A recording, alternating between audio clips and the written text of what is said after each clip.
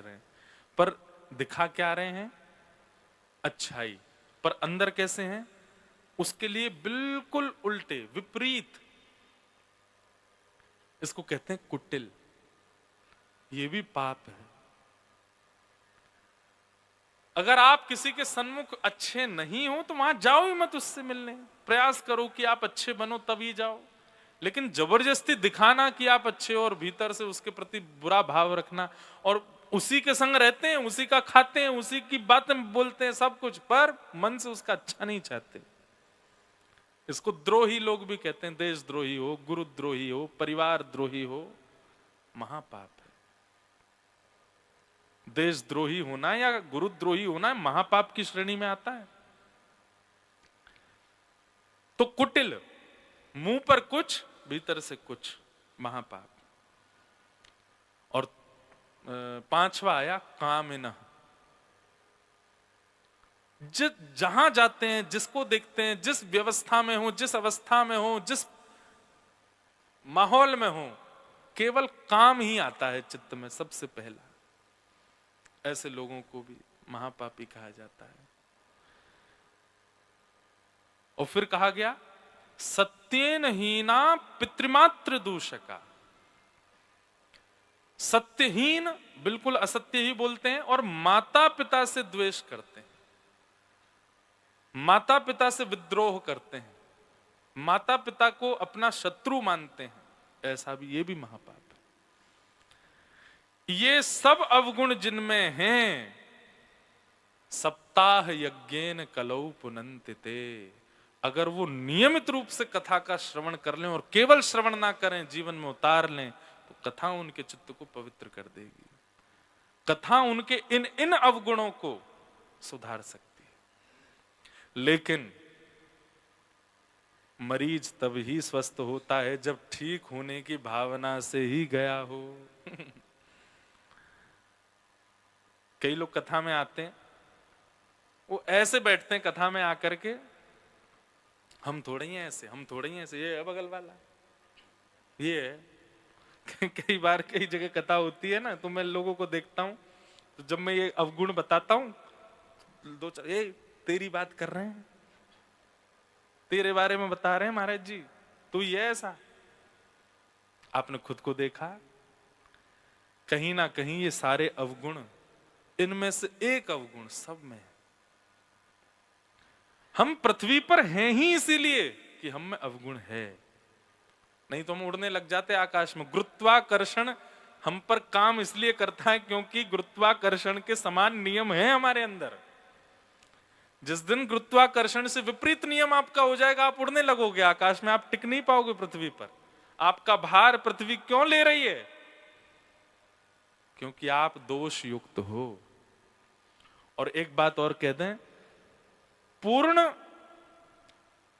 दोष विमुक्त आप कभी नहीं हो पाओगे, पर हां, वो पूर्ण की जो संख्या है, काम की, क्रोध की, लोभ की, मोह की, उसकी जो संख्या 100% है, यदि वो 40%, 50%, 60% भी कम हो जाए ना, तो भी आप ठाकुर जी के प्रिय बन जाओगे। तो अच्छा है, चलो जाकर के कुछ तो कम करके आया अपने अंदर, कुछ तो कटौती की है इसने। ऐसा नहीं है कि मुझ में क्रोध नहीं होगा, मैं कथा कर रहा हूं तो मुझ में कोई लोभ नहीं है, मुझ में कोई ईर्ष्या नहीं है, मुझ में किसी भी प्रकार का कोई विकार नहीं है, पर हां, कथा कहते कहते, गुरुजनों के संग रहते रहते, इस व्यवहार विचार में रहते रहते, मात्राएं औरों से कम हो चुकी होंगी, ये मुझे अनुभव होता है। उसका परसेंटेज जो है वो औरों से तो कम ही होगा, और वही आपको करना है, उसी के लिए बैठे हो आप यहां पर, कि ये सारे दोष जो हैं ये कथा सुनकर के घटे हम में। और वो कब घटेंगे? जब इसी भावना से बैठोगे कि मुझे ये घटाना है। और एक बात और बताएं आपको, शीशा आप जब देखते हैं ना, तो शीशा आपके दोष बताता है। तुम्हारे नाक पे ऐसा लगा है, तुम्हारी आंख ऐसी हो रही है, बाल की इधर उधर से जो है लड़ें निकल रही हैं। आप उन चीजों को व्यवस्थित करते हो शीशे में देख करके। कथा भी एक प्रकार का शीशा ही है, प्रतिबिंब है। यहां आपको अपना दोष देखना पड़ेगा, आपको विश्वास करके अपने अंदर स्वीकार करना पड़ेगा, ये दोष महाराज जी ने जो बताया ये है मुझे, और मुझे इस पर वर्क करना है। मेरा कितना जीवन बचा है मुझे नहीं पता, मुझे इसको ठीक करना है, इसको स्वस्थ करना है। इस भावना से आप कथा में बैठेंगे, कथा अपने आप परिवर्तित कर देगी आपको, अपने आप परिवर्तन अनुभव होने लग जाएगा आपको। 7वें दिन आप थोड़े मौन होने लग जाओगे। कथा आपने सुनी है, इसका 8वें दिन से रिएक्शन क्या होगा? एक सूक्ष्म मौन की अवस्था, थोड़ा बात करने का मन कम होगा, थोड़ा मौन रहोगे। दूसरा, बस्ती छोड़ एकांत बिठावे। आपको ज्यादा भीड़ में रहना और या ज्यादा नाम मिलना, शोहरत मिलना, बहुत ज्यादा प्रशंसा मिलना, उससे आपको बचोगे। थोड़ा एकांत ही अच्छा लगेगा, आत्मचिंतन बढ़ेगा। को हम कस्तवम कुता, मैं आया क्यों था दुनिया में, मेरा काम क्या था यहां आने का, मैंने दिया क्या इस राष्ट्र को, संसार को या परमात्मा को? केवल अपने अपने अलावा कुछ सोचा मैंने? ये सारी सोचें आपके चित्त में चलेंगी। ये सब कथा के रूप हैं। और कहीं ना कहीं संसार के व्यवहार विचारों से ज्यादा आध्यात्मिक पथ में रुचि बढ़ने लग जाएगी, वहां शांति का अनुभव होगा। अभी आप एक और बहुत अच्छी परिभाषा आई मन में, अभी आप सुख के पीछे भाग रहे हो, फिर आपकी दौड़ शांति की होगी। मुझे सुख नहीं चाहिए, मुझे अच्छा भोजन मिले, अच्छा देखने को मिले, अच्छा सोने को मिले, अच्छा पहनने को मिले, ये आज तक मेरी उम्मीदें रही थी। हम तो बताओ पंडित जी की बगलबंदी पहन के आए हैं, सच बता रहे हैं। आज मैंने खुद पर अनुभव किया, अगर ये 5 साल पुराने मेरे साथ में आज जो घटना हुई अगर हुई होती तो शायद मैं कथा करने नहीं आ पाता मंच पे। 5 साल पहले जो मैं था, मुझे मेरा ही माइक चाहिए, मुझे मेरे सारे म्यूजिशियन साथ में चाहिए, मुझे मेरी भागवत जी चाहिए, वो ग्रंथ जिससे 9 वर्ष से मैं कथा करता आ रहा हूं वो भी नहीं है, ये भी इनका ले लिया मैंने, वो भी अभी ट्रेन में ही आ रहे हैं। सामने जब मैं कथा करता हूं हनुमान जी बैठते ही हैं, वो हनुमान जी भी ट्रेन में ही है, अभी आए नहीं है। उनको आज पहली बार होगा कि पहली कथा में पहले दिन मैंने सुनाई नहीं कथा। मेरे गोपाल जी जो पूरी दुनिया में घूमते हैं साथ में, वो भी नहीं आए। कल देखना यहाँ कितनी भीड़ बैठेगी यहाँ। तो मैं आज खुद पर अनुभव कर रहा था कि मैं, अच्छा एक मेरा हैंडबैग और था। देखो कैसी घटना घटी है। हैंडबैग था मेरे साथ में, तो जब हम आ रहे थे भुवनेश्वर से, तो हमारे एक पंडित जी और थे साथ में, बोले इसको कहाँ ला दे डोलेंगे, इसको भी दे दो लगेज में। उसमें था बैटरी बैंक। अब जैसी फ्लाइट में मैं बैठा हूँ, गेट क्लोज के टाइम में तब आए, बोले कि आपका महाराज जी 2 बैग है? मैंने कहा हाँ। एक बैग में बैटरी बैंक है। मैंने कहा ये किसने धर दी भैया? मैंने अब क्या होगा?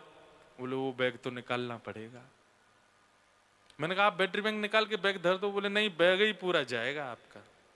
मैंने कहा कैसे आएगा? बोले अगली फ्लाइट से आएगा। मैंने उसके लिए क्या करना पड़ेगा? आप एयरपोर्ट पे ही रुकना, इतनी देर वेट करना है। मैंने कहा रुको, रात में एक और व्यक्ति हमारे आ रहे हैं 11 बजे वाली फ्लाइट से, वो ले जाएंगे, उनको बाहर दे दो। मुझे क्या पता था कि यहाँ ट्रेन भी नहीं आ रही है, तो जो 2 जोड़ी कपड़े उसमें थे वो भी नहीं आए।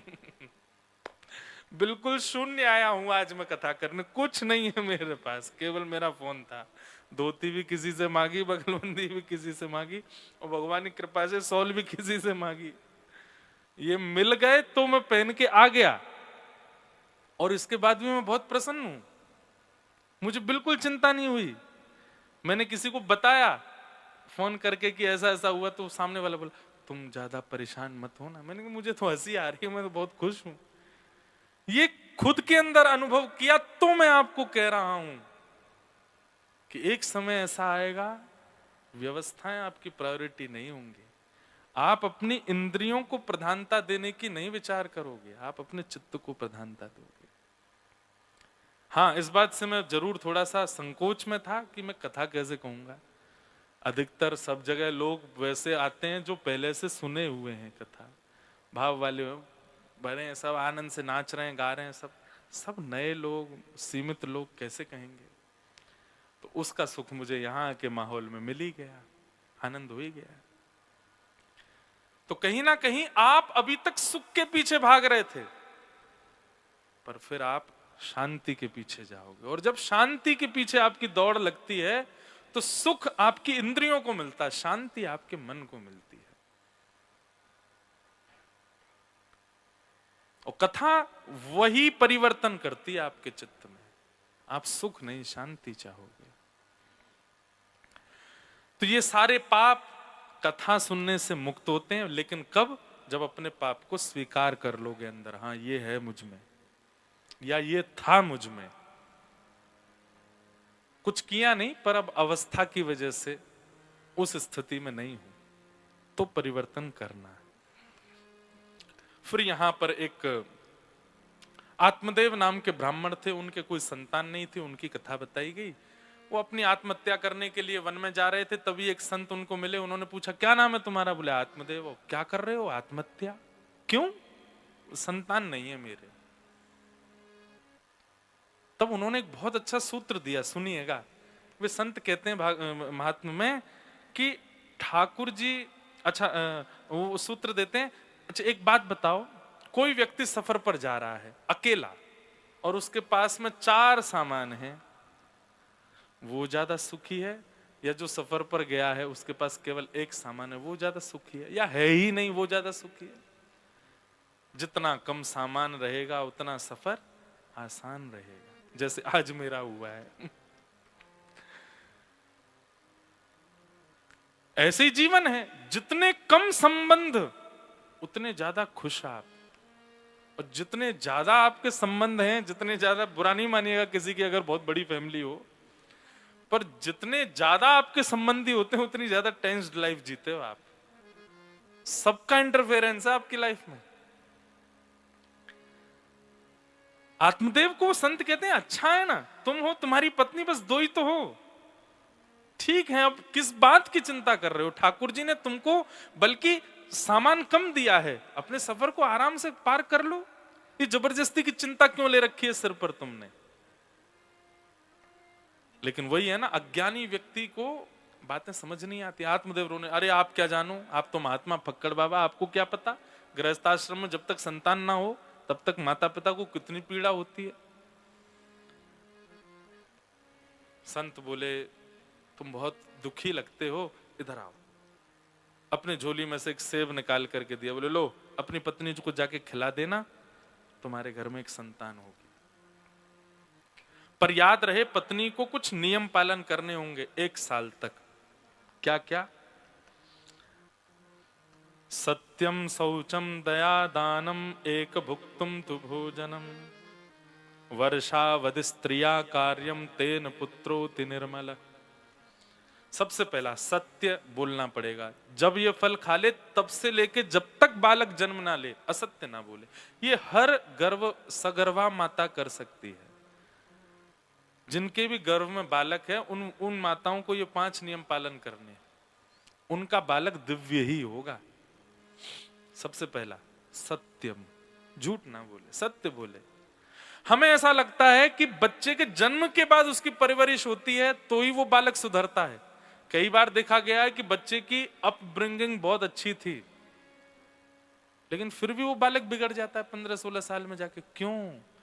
मां के 9 महीने के सगर्भा स्थिति का ज्यादा इंपैक्ट पड़ता है बालक पर। तो उस समय 9 महीने क्या करे? सत्यम, झूठ ना बोले। दूसरा शौचम, जितना हो सके पवित्र रखने का प्रयास करे, धुले हुए वस्त्र पहने, आसपास भी शुद्धता रखे, मानसिक भी शुद्ध रहे, किसी के बारे में गलत विचार आदि दूषित ना सोचे। सत्यम, शौचम, और तीसरा दया। शत्रु भी सामने आ जाए तो उस पर भी दया करे, सगर्भा माता उस पर भी दया भाव रखे, किसी के प्रति द्वेष भाव नहीं।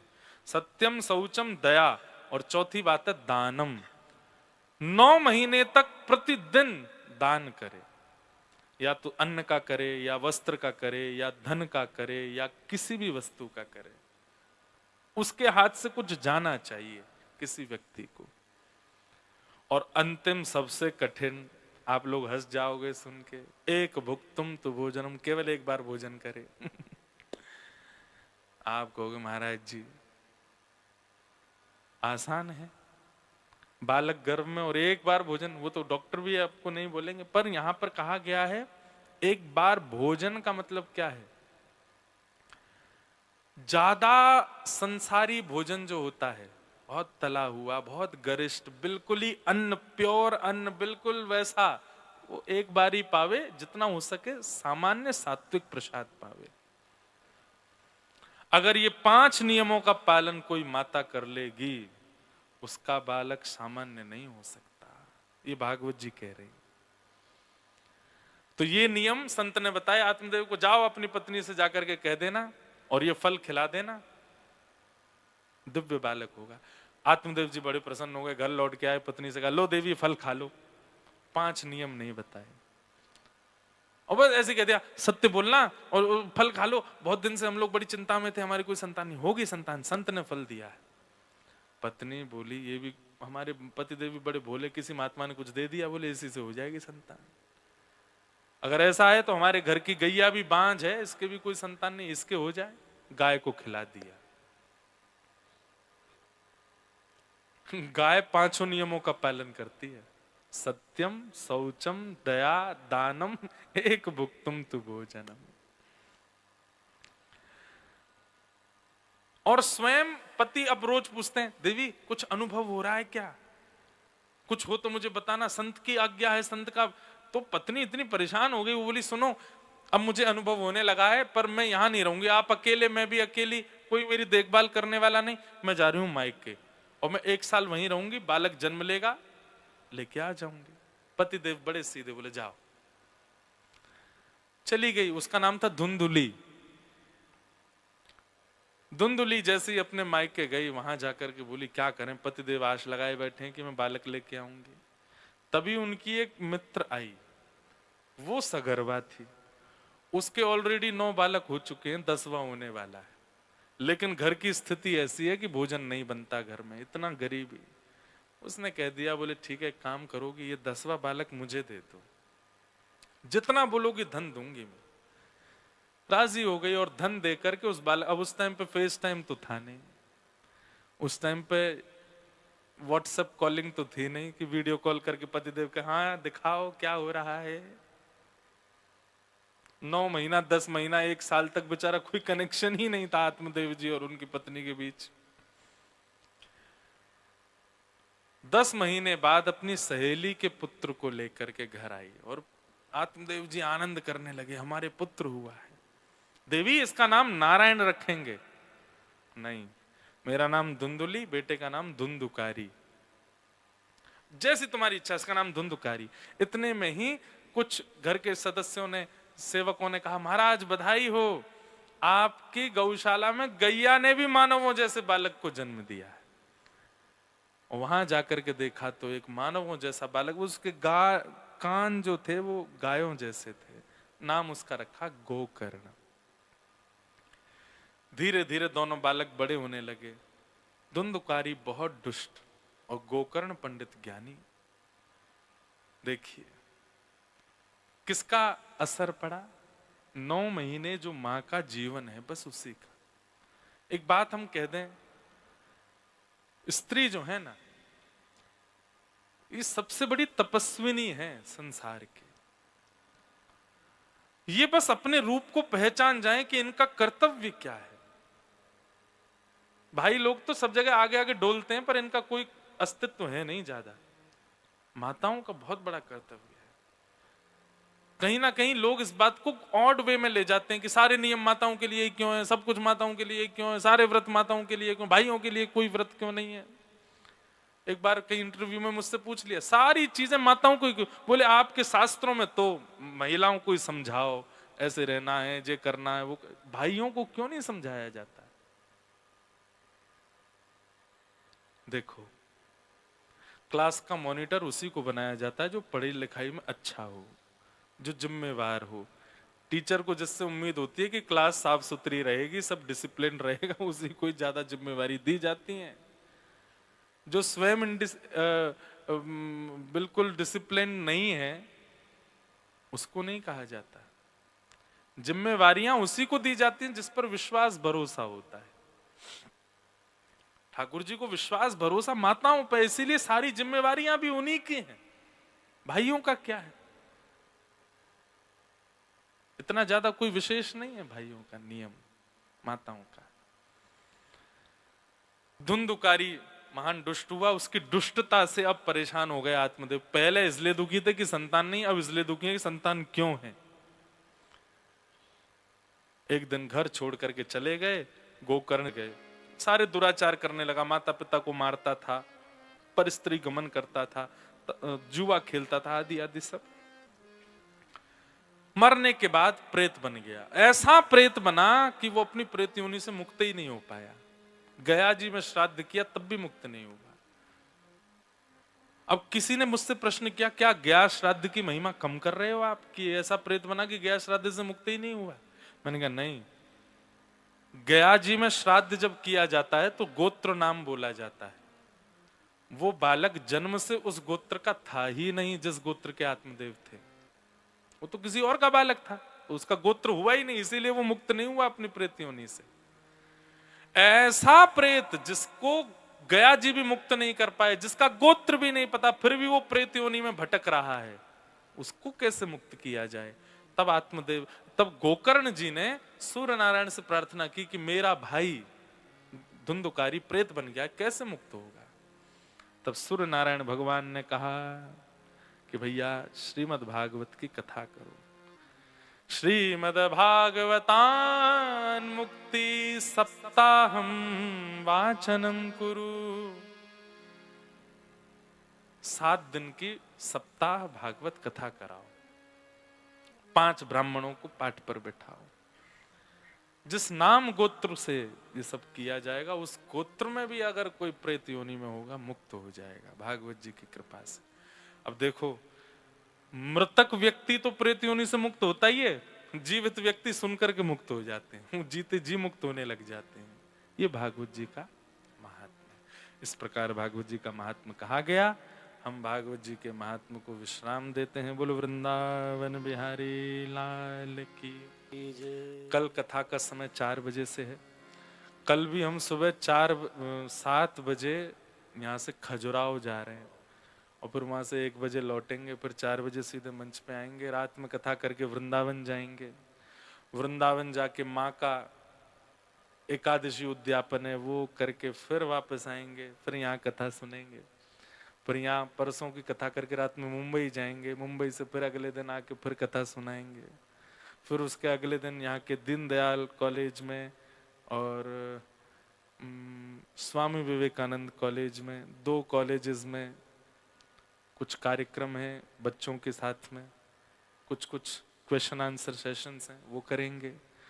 क्योंकि यहाँ पर सब लोग अलाउ नहीं हैं, इसलिए 28 तारीख को कथा यहाँ 7 बजे पूरी होगी। 8 बजे पास में ही एक और बड़ा ऑडिटोरियम है जहाँ 2000 लोगों के बैठने की व्यवस्था, वहां 28 तारीख को एक सत्र और करा जा रहा है, ताकि बाहर के लोग जो ढूंढ रहे हैं कहाँ चल रही है कथा, वो लोग आ सकें। जो लोग लाइव देख रहे हैं उनसे हमारी प्रार्थना कि जो स्थान जहाँ पर वो होगा फंक्शन, उसका कल जानकारी हम दे देंगे। तो इस कथा में जो नहीं आ पा रहे हैं वो लोग वहाँ 2 घंटे का सत्र होगा 8 से 10 रात में, वहाँ सब लोग आ सकते हैं। आप जितने भी लोग यहाँ बैठे हैं सबको हमारा जय श्री कृष्ण, जय सिया राम, जय सिया राम, जय श्रीमन नारायण। जय श्रीमन्नारायण। 2 मिनट हरिनाम संकीर्तन। कल से कुछ भजन भाव भी हम सुनाएंगे कथा में। आज तो पूरी कथा ही, आज तो हम पहचान बना रहे थे आपसे, अब पहचान हो गई। कल से खूब भाव से कथा कहेंगे। जय जय श्री राधे, जय राधे राधे राधे गोविंद राधे राधे राधे राधे गोविंद राधे, श्री राधे राधे राधे गोविंद राधे राधे राधे राधे गोविंद। करताल बजा के गा। गोविंद राधे गोपाल राधे, गोविंद राधे गोपाल राधे, गोविंद राधे गोपाल राधे, गोविंद राधे राधे राधे राधे गोविंद राधे राधे राधे राधे गोविंद राधे भजो राधे राधे राधे गोविंद राधे राधे राधे राधे गोविंद राधे जय राधे राधे राधे गोविंद राधे राधे राधे राधे गोविंद राधे हे वृंदावन में राधे राधे वृंदावन में राधे राधे वृंदावन में गाइए गोवर्धन में राधे राधे नंदगांव में राधे राधे बरसाने में राधे राधे जतिपुरा में राधे राधे छठी करा में राधे राधे सब मिल बोले राधे राधे भाव से बोले राधे राधे वृषभानु दुलारी राधे राधे श्री कृष्ण प्यारी राधे राधे भक्तन की प्यारी राधे राधे हमारी प्यारी राधे राधे ब्रज की महारानी राधे राधे जय राधे राधे राधे श्री राधे राधे राधे जय राधे राधे राधे राधे श्री राधे राधे राधे जय राधे राधे राधे राधे श्री राधे राधे भजो राधे राधे राधे गाओ राधे राधे जय राधे राधे श्री राधे राधे वृषभानु दुलारी जय राधे राधे जय जय श्री राम जय जय श्री राम जय जय श्री राम बोलो वृंदावन बिहारी लाल की। भागवत जी की आरती आप सब लोग अपने अपने स्थान